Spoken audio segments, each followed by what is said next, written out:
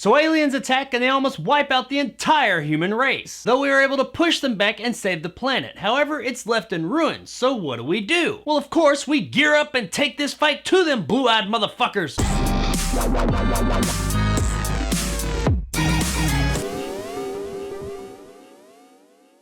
Skylines, or Skylin3s, or however they're gonna put it. Skyline 3 is brought to us by director Liam O'Donnell and stars Lindsay Morgan as Rose. Rose is the little girl from part 2, Beyond Skyline, but now all grown up. Due to the odd circumstances surrounding her birth, she was born with some special abilities. She is able to interface with the aliens' technology and also has more of an insight into the race as a whole. Shortly after the events of the first and second movie, due to her accelerated aging because of all the weird shit that went around her being birthed, she heads up the offensive to the aliens and pushes them back away from our planet. She pretty much takes their own ships and just wrecks their asses. However, in the process of pushing them back and winning the day, she ends up taking out some of her own people. All of this takes place within 5 years of those first 2 movies, and it really takes a toll on Rose, and after she pushes them back, she's not seen by most people for about 10 years. However, the government, or at least some type of military conglomerate, has been looking for her for the past 10 years so that they can get her help and take the fight to the aliens. Our planet's pretty much wrecked at this point. There's like wrecked gigantic ships all over the place. Apparently our entire social structure has just been broken down. Everything's just all kinds of fucked up here. However, on a positive note, it seems that all the people that were abducted by the aliens and had their brains ripped out of their heads and inserted into the alien machines have been freed, and they've been living peacefully amongst the people of Earth for the past 10 years. And we know they're good guys because instead of having blue eyes, they have red eyes. When the military is able to finally track Rose down and convince her to help them take the fight to the aliens, she and a ragtag group of Colonel Marine-esque soldiers take off towards Cobalt 1, which apparently is the name of the aliens' planet, on the other side of the galaxy or universe or something. I'm not really sure. Last time I did a sci-fi movie and I talked about the distance of a planet from Earth, I got a whole bunch of shit because I said the wrong unit of distance or something. So I honestly don't remember. It's a long way away. They gotta do like wormhole travel or some shit like that. So don't come at me. It's just far the fuck away. Seriously, till this day, I still get shit for a throwaway line I said in a review like a fucking year ago. We also learned that one of the big reasons that the military types want to go to Cobalt 1 and take this fight to the aliens is that they actually want to try and find a cure for a disease that has recently taken over the alien human population on Earth. It hasn't hit all of them yet, but it apparently makes them revert back to their old ways and start attacking people. It's apparently some kind of virus or something, so they're going there to hopefully find some type of cure to save the planet once again. Once there, they're looking for a drive on one of the wrecked motherships, because apparently this place has been wrecked since she sent them all packing years ago. They need this drive and some of the stuff within this ship because that's where they think maybe a cure might be, and also to get their asses back home. But of course, it's not quite that easy, and Rose and company find themselves in a desperate fight to save themselves and quite possibly the entire world. Skylines is the 3rd movie in what is now the Skyline franchise, coming after the very entertaining Beyond Skyline and the extremely disappointing Skyline. It still blows my mind that we got 2 sequels now off of such a lackluster movie. Liam O'Donnell returns in the writer and director's chair from the last movie, and this gave me quite a bit of faith because I really did enjoy Beyond Skyline. So when I saw it was the same guy and a lot of the same people behind the scenes making this movie, I thought, oh good, maybe Skyline 3 or Skylines whatever might actually be a good time. And it is better than the first one, that's for damn sure. But is it as good as the last one? Our story here is actually pretty cool, and it does expand upon this universe quite a bit. It's interesting, it's fun, and it's a pretty good time. However, it does tend at times to get a little bit convoluted and trip over itself a bit. I really like where it shows where the world is now, and we're apparently having a pretty hard time getting back on our feet. The dynamic between the alien-human hybrids and the actual human beings working together all these years in peace, though there is a bit of a separation there, was interesting as well. These are human beings in these alien robot creatures, but they're not really seen as human beings by all the human beings, which has got to be frustrating to the actual alien-human hybrids, because in their eyes, they're just human beings. I mean, they're a little bit taller and their bodies are different, but they're still the same people they were before their fucking brains were ripped out of their heads and they were forcibly stuck inside of these machines. We have some returning characters in the form of Trent, which, by the way, if you haven't seen the last movie, you might want to watch that before watching this review because there will inevitably be some spoilers for that movie in this review. But like I said, Trent is back in his alien-human hybrid form, and he sees himself as the brother to Rose, and she also sees them as brother and sister as well. She even refers to Frank Grillo's character as her father and has taken his last name. I also really like the idea that they introduced near the beginning of the movie that when she was in that initial attack on the aliens and she was supposed to make the big blast, like take the big shot that would take them out, she apparently hesitated for just a second, and it gave just enough time for one of their big ships to get in the way, and she had to sacrifice that ship in order to save all of humanity. And this decision, the fact that she had to kill thousands of people in order to save millions, just really wore on her over the years. She wants nothing to do with all this stuff. I thought that was really well done. That is a part of the movie that is played on quite a bit. There are a lot of other characters in this movie that hold a grudge against her. While they all recognize that, yeah, okay, I guess you saved everybody, you killed a bunch of us in the process. And everybody knows that she froze and that's why it happened. And she acknowledges it, but she doesn't really ever give us a reason as to why until later on in the movie. I did really like this dynamic. It did add some depth to the characters, and it was depth that I really wasn't expecting in this kind of movie. Now, we ain't talking about like all the depth in the world, but it was nice to have some character building and give our characters some personality and background. Now, for about the first 2/3 of this movie, it's a really fun, consistent ride. I was really on board, I was having a great time, and very much enjoying myself. But in the final third, maybe even just the final quarter,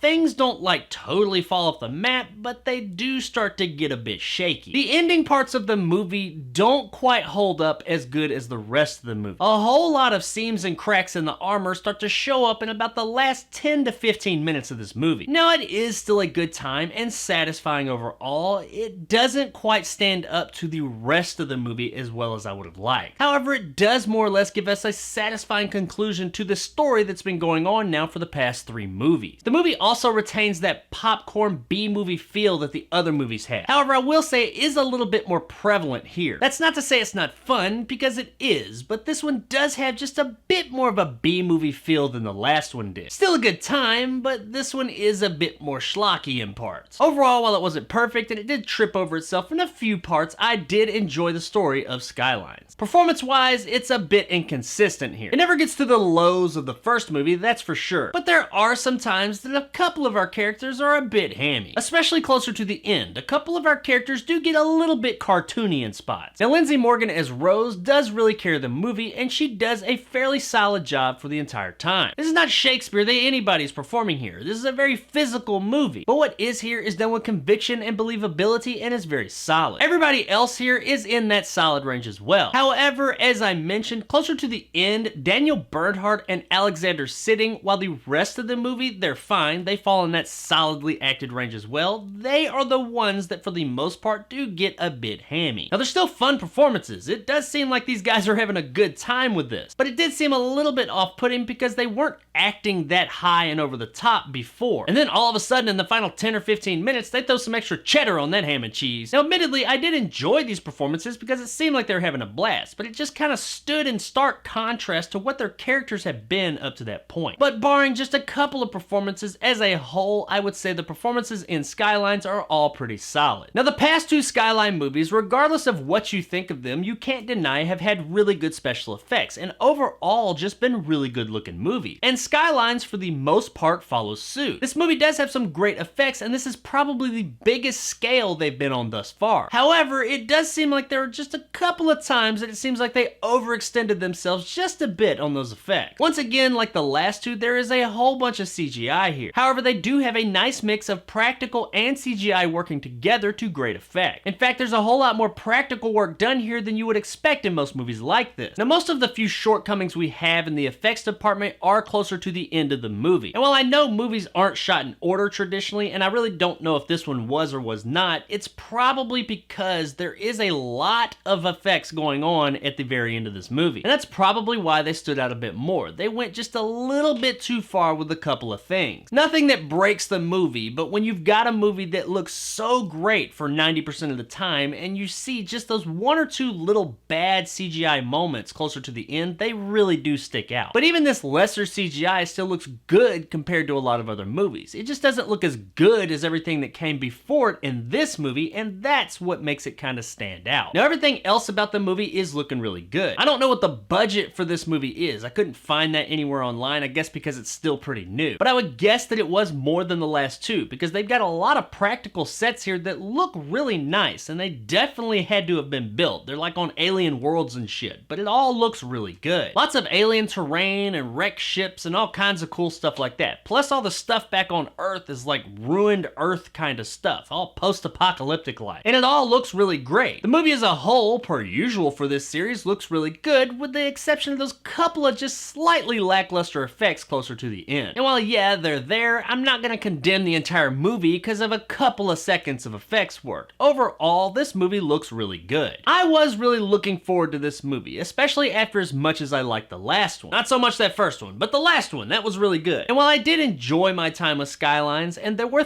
things I liked about it that were better than the others, the movie as a whole didn't quite surpass the last one as I had hoped it would. It's close, and it's a good time, and if you enjoyed the last movie, it's definitely worth checking out. But that final quarter of the movie, while it did tie everything up, it left me a little flat in places. Still a good time, but the bombastic ending didn't quite live up to what I was wanting. At the end of the day, guys, I did enjoy Skyline. It has its faults for sure. The story does definitely trip over itself in a few spots. The acting, while overall pretty solid, does have some inconsistencies that stand out, and it seems like they overextended themselves just a bit in the visual department a couple of times. But while it wasn't quite as satisfying as I wanted it to be, it did have a more or less satisfying ending to this trilogy. There's some really great action that's shot very well, and for the most part, we get some solid special effects to go along with that. I really enjoyed the setting of the story, and for the most part, where it went. And while it doesn't quite live up to the last movie, it is definitely worth a rent. All he wanted was, hey, this. I have to return some videotape. If you're a fan of the Skyline movies, or at least the last one, I don't really know if anybody's a fan of the first movie, then I definitely recommend checking out Skylines. While it does have its flaws, overall it is an entertaining ride and you'll have a good time with it for the night. So there it is, guys, my review of Skylines. If you enjoyed and want more content like this, hit that subscribe button and help my little channel grow. If you liked what I had to say, give me a like. If not, let me know in the comments below why. And as always, stay sexy, Cobalt 1.